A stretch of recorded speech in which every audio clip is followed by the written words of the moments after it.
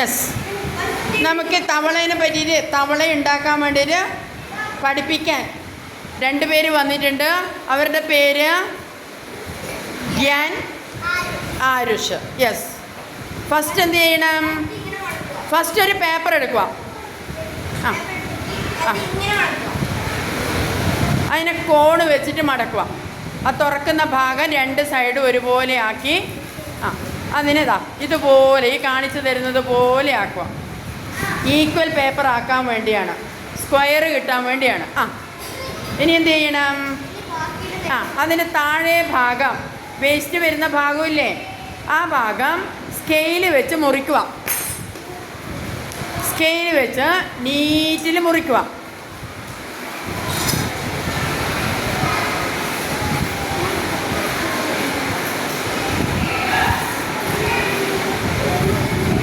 എല്ലാവരും മുറിച്ചോ? Yes yes, okay. മുറിക്ക്. വേസ്റ്റ് പേപ്പർ ചുരുട്ടി സൈഡിൽ വെക്കുക. ക്ലാസ്സിലിടാൻ പാടില്ല. വേസ്റ്റ് ഒന്നും ക്ലാസ്സിലുണ്ടായിക്കൂടാ. ചുരുട്ടി സൈഡിൽ വെക്കുക. ക്ലാസ്സിൽ ഒരു കഷ്ണം പേപ്പർ പോലും ഇടാൻ പാടില്ല. ലാസ്റ്റ് ഡസ്റ്റ്ബിന്നിൽ ഇടുക. ഓക്കെ. ഇനി എന്ത് ചെയ്യണം? ഇനി അതിനെ നേരെ നടുക്കേ കൂടി നീളത്തിൽ മടക്കുക. കാണിച്ചു തരുന്നത് നീളത്തിൽ 2 സൈഡ് ഇതുപോലെ നീളത്തിൽ മടക്കുക. മടക്കിയോ? യെസ്, നീളത്തിൽ മടക്കുക. ഇനി അതിന് എന്ത് ചെയ്യണം? അതിന് തുറക്കുന്ന ഭാഗം അതിന് തുറക്കുന്ന ഭാഗം 2 സൈഡ് ഇതുപോലെ കോണായിട്ട് മടക്കുക. നമ്മൾ നേരത്തെ മടക്കിയതുപോലെ മടക്കുക. കിട്ടിയോ? ഇനി അതിന് ശേഷം അതിൻ്റെ താഴെ ഭാഗത്തു നിന്നും അതുപോലെ മടക്കുക. നേരത്തെ മടക്കിയതുപോലെ മടക്കുക. അന്നേരം നമ്മൾ തോണി ഉണ്ടാക്കാൻ മടക്കിയതുപോലെ കിട്ടും അല്ലേ? നമ്മൾ തോണി ഉണ്ടാക്കാറില്ലേ? തോണി ആക്കാൻ റെഡിയാക്കുന്നത് പോലെ പേപ്പർ ഇപ്പം കിട്ടി. ഇനി ആ പേപ്പറിനെ ഓപ്പോസിറ്റ് സൈഡിലേക്കും ഇതുപോലെ മടക്കുക. ഓപ്പോസിറ്റ് സൈഡിലേക്കും ഇതുപോലെ മടക്കുക. നമ്മൾ നേരത്തെ മടക്കിയ സൈഡല്ല, മറ്റേ സൈഡ് തോണീൻ്റെ ഷേപ്പിൽ തോണിയാക്കാൻ വേണ്ടി മടക്കുന്നത് പോലെ മടക്കുക.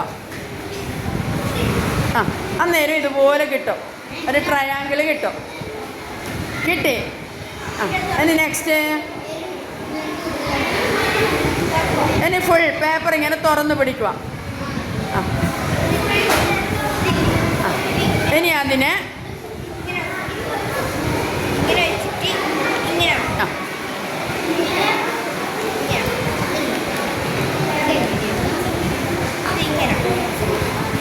ഇതുപോലെ മടക്കുക. അതിൻ്റെ മേൽഭാഗം ഇതുപോലെ മടക്കുക. ഒരു തൊപ്പി പോലെ തുറക്കാൻ കിട്ടുന്ന പോലെ മടക്കുക. ഇനി അടുത്ത സൈഡും അതുപോലെ മടക്കുക. താഴെ ഭാഗവും അതുപോലെ മടക്കുക.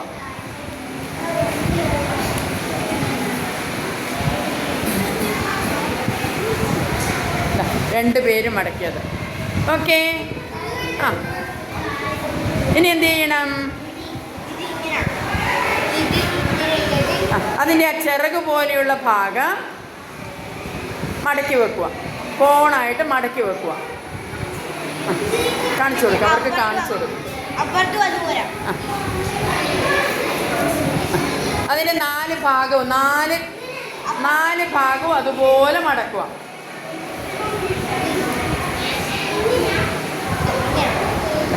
നേരെ കാണിച്ച് ഇതുപോലെ കിട്ടും, ഇതുപോലെ കിട്ടും അന്നേരം.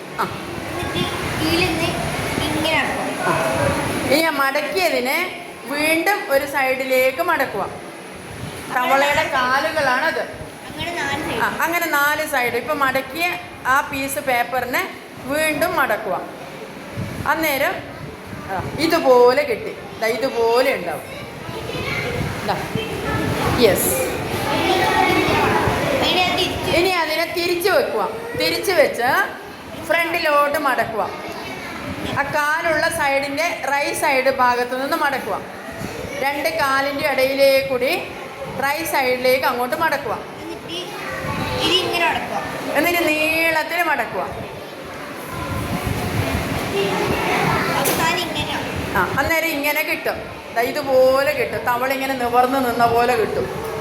ആ ഇനി ഈ വരി ഈ വര ആ വരി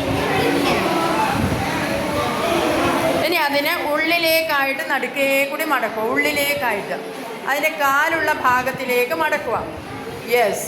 ഇനി ആ അത് ആ ഭാഗത്തിന് പുറത്തേക്ക് മടക്കുക. അടിവശം വീണ്ടും പുറത്തേക്ക് മടക്കുക. അന്നേരം എന്തായി? തവള റെഡിയായി അല്ലേ? ഇനി ആ തവളയെ ബാക്കിൽ ഇങ്ങനെ തള്ളി തള്ളി വിട്ടാൽ തവള ഇങ്ങനെ ചാടി ചാടി പോകുന്നത് കാണാം അല്ലേ?